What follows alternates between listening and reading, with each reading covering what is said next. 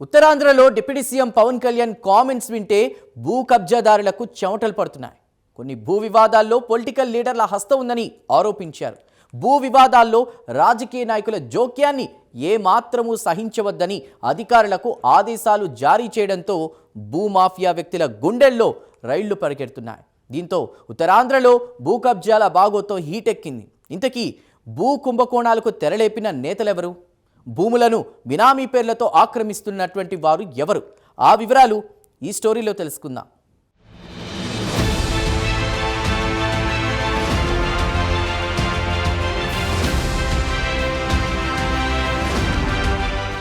జిల్లా కలెక్టర్లు ఎస్పీల సమావేశంలో డిప్యూటీ సీఎం పవన్ ప్రస్తావించిన విషయాలు ఇప్పుడు ఉత్తరాంధ్ర భూబకాసురుల్లో గుబులు రేపుతోంది.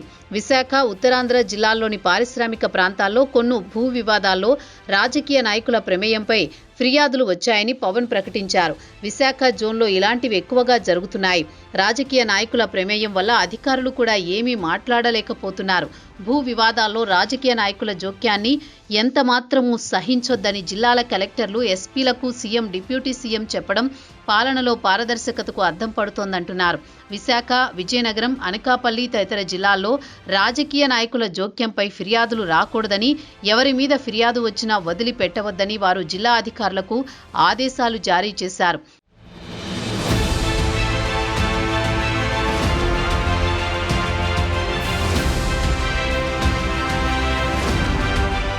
ముఖ్యంగా గత ప్రభుత్వ హయాంలో ఉత్తరాంధ్రలో అనేక భూ కుంభకోణాలకు తెరలేపారు. ఇప్పటికీ ఆ భూ సమస్యలు పూర్తిగా పరిష్కారం కాలేదు. గత ప్రభుత్వంలో వైసీపీలో కీలక పాత్ర పోషించిన కొందరు ముఖ్య నాయకులు, వారి బంధువులు ఉత్తరాంధ్ర జిల్లాలో అనేక భూములను బినామీ పేర్లతో ఆక్రమించుకోవడం, అలాగే కొన్ని ప్రాంతాల్లో అక్రమ కట్టడాలు కూడా నిర్మించడం వంటి సంఘటనలు చోటు చేసుకుంటున్నాయి. ఈ ప్రభుత్వం వచ్చాక తప్పనిసరిగా వాటిపై చర్యలు చేపట్టడం కూడా జరిగింది. కాకపోతే కొంతమంది రక్షించుకునేందుకు ప్రయత్నాలు చేయడం చర్చనీయాంశంగా మారింది.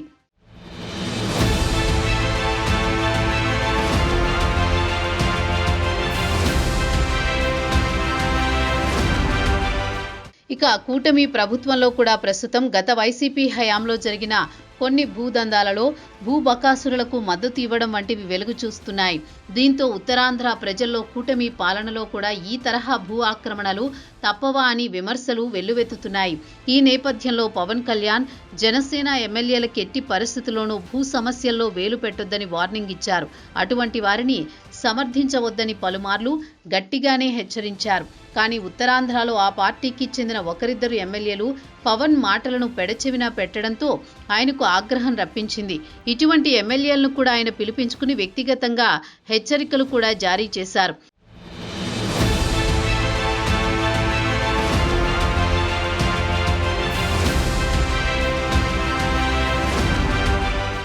ఇందులో యలమంచిలి జనసేన ఎమ్మెల్యే సుందరపు విజయ్ కుమార్, ఆయన అనుచరులు ఒక భూ వివాదంలో కలుగజేసుకోవడం, ఎమ్మెల్యేపై మీడియాలో కథనాలు రావడం జరిగింది.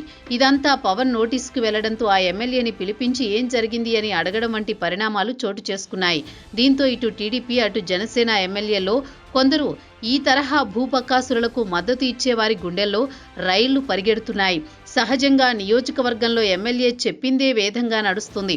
అటువంటిది ఆ నియోజకవర్గంలో రెవెన్యూ అధికారులు, పోలీసులు కూడా ఏది సత్యం, ఏది అసత్యం అని చూడకుండా ఎమ్మెల్యేల మెప్పు కోసం అమాయకులకి అన్యాయం జరుగుతోంది. ఇందుకు సంబంధించిన వివరాలు సీఎం, ఇటు డిప్యూటీ సీఎంల వద్ద సమాచారం ఉంది. అందువల్లనే ఈ కలెక్టర్ల సమావేశంలో వీరిద్దరూ ఈ భూ వివాదాలపై బహిరంగానే అక్రమాలను ప్రోత్సహించవద్దని అధికారులు ఆదేశించినట్లు చెబుతున్నారు.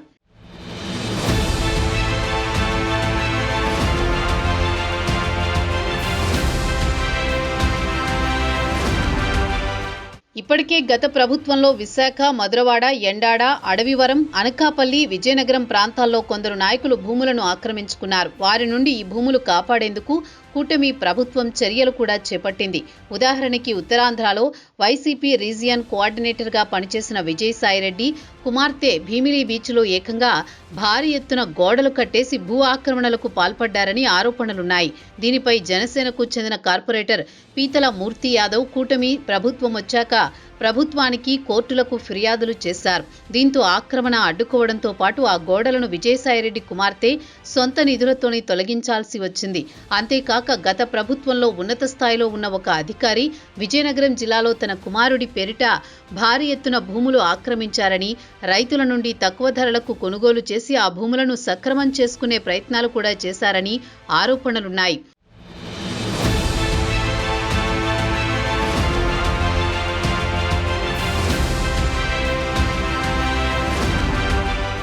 ఇకపోతే వైసీపీలోని ఓ సీనియర్ నాయకుడు కూడా తన కుమారుడి పేరుతో విశాఖలో అనేక భూములు, కొండలను ఆక్రమించుకున్నారని గతంలో ఇదే కూటమి పార్టీలు దుమ్మెత్తిపోశారు.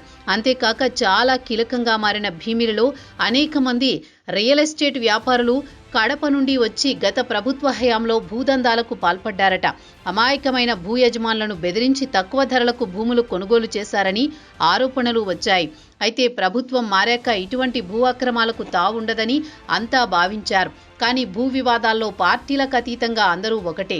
కొన్ని ప్రాంతాల్లో సొంత లబ్ధి కోసం భూబకాసురులకు లబ్ధి చేకూర్చే విధంగా వ్యవహరించడం ప్రస్తుతం చోటు చేసుకుంటున్న పరిణామాలకు దారితీసింది. రాష్ట్రంలో ఎక్కడా లేని విధంగా ఉత్తరాంధ్రలోనే ఎక్కువగా భూ అక్రమంగా ఆరోపణలు ఎక్కువగా ఉంటాయి. ఉత్తరాంధ్రలో 34 నియోజకవర్గాల్లో సగానికి పైగా ఉన్న సెగ్మెంట్లలో వందల ఎకరాలు ఆక్రమణలకు గురైన సంఘటనలు ఉన్నాయి.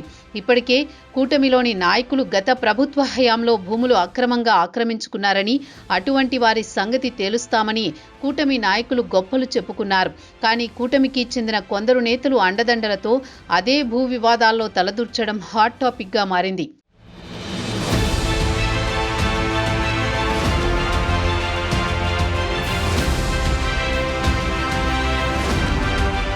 గత కొన్ని నెలలుగా ఉత్తరాంధ్రలో కూటమి పాలనలో కూడా భూ ఆరోపణలు బలంగానే వినిపిస్తున్నాయి. అది వైసీపీ నేతలు అవ్వచ్చు, ఇతరులు అవ్వచ్చు, అందరూ కుమ్మక్కైపోయి ఈ తరహా వ్యవహారాలు గుట్టుచప్పుడు కాకుండా కొనసాగిస్తున్నారని అపవాదు తప్పడం లేదు.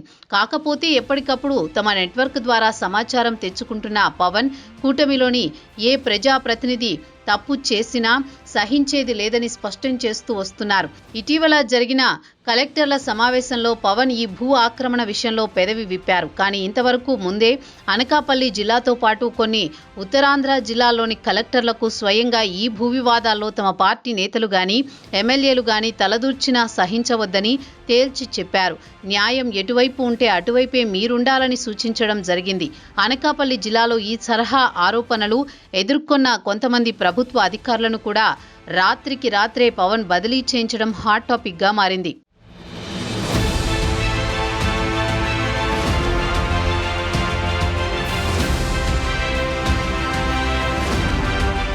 మరోవైపు సీఎం, డిప్యూటీ సీఎం ప్రకటన ఒక్క కూటమిలోనే కాకుండా గత ప్రభుత్వం వైసీపీ హయాంలో భూ కబ్జాలకు పాల్పడిన మారిన ఉత్తరాంధ్ర మాజీ వైసీపీ నేతలు కూడా కలవరపడుతున్నారు. గత ప్రభుత్వ హయాంలో పాల్పడిన భూ ఆక్రమాలపై ఉక్కుపాదం మోపేందుకు ప్రభుత్వం సిద్ధమవుతోంది. ఈ నేపథ్యంలో కూటమిలోని కొందరు ప్రజాప్రతినిధులు అదే తప్పులు చేస్తే వైసీపీ నుండి ప్రతికూల పరిస్థితులను ఎదుర్కోక తప్పదని ప్రభుత్వం భావిస్తోంది. అందులో భాగంగానే ప్రజలు ఎవరూ ఇబ్బందులు పడకూడదని, గత ప్రభుత్వం మాదిరిగా తమ ప్రభుత్వంపై వ్యతిరేకత రాకూడదని ముందు జాగ్రత్తలు తీసుకుంటోంది. ఇందులో భాగంగానే సీఎం కానీ, డిప్యూటీ సీఎం కానీ ప్రకటన బహిరంగంగా చేశారని చెప్పక తప్పదు.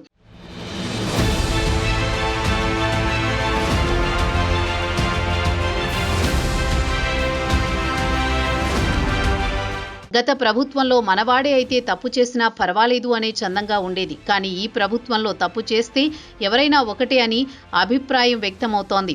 ఇప్పటికే ఏడాదిన్నర పాలనలో టీడీపీ, జనసేన నేతలపై కూడా పోలీస్ కేసులు నమోదు చేసిన సంఘటనలు లేకపోలేదు. దీంతో ప్రభుత్వ పెద్దలు ఈ భూ అక్రమ వ్యవహారంలోనూ పారదర్శకంగా వ్యవహరించాలని భావిస్తున్నారు. తప్పు చేస్తే ఎవరిని క్షమించవద్దని అధికారులకు నేరుగా ఆదేశాలు జారీ చేస్తున్నారు. ప్రభుత్వం తీసుకుంటున్న ఈ నిర్ణయాలు పట్ల ప్రజల్లో హర్షాతిరేకాలు వ్యక్తమవుతున్నాయి.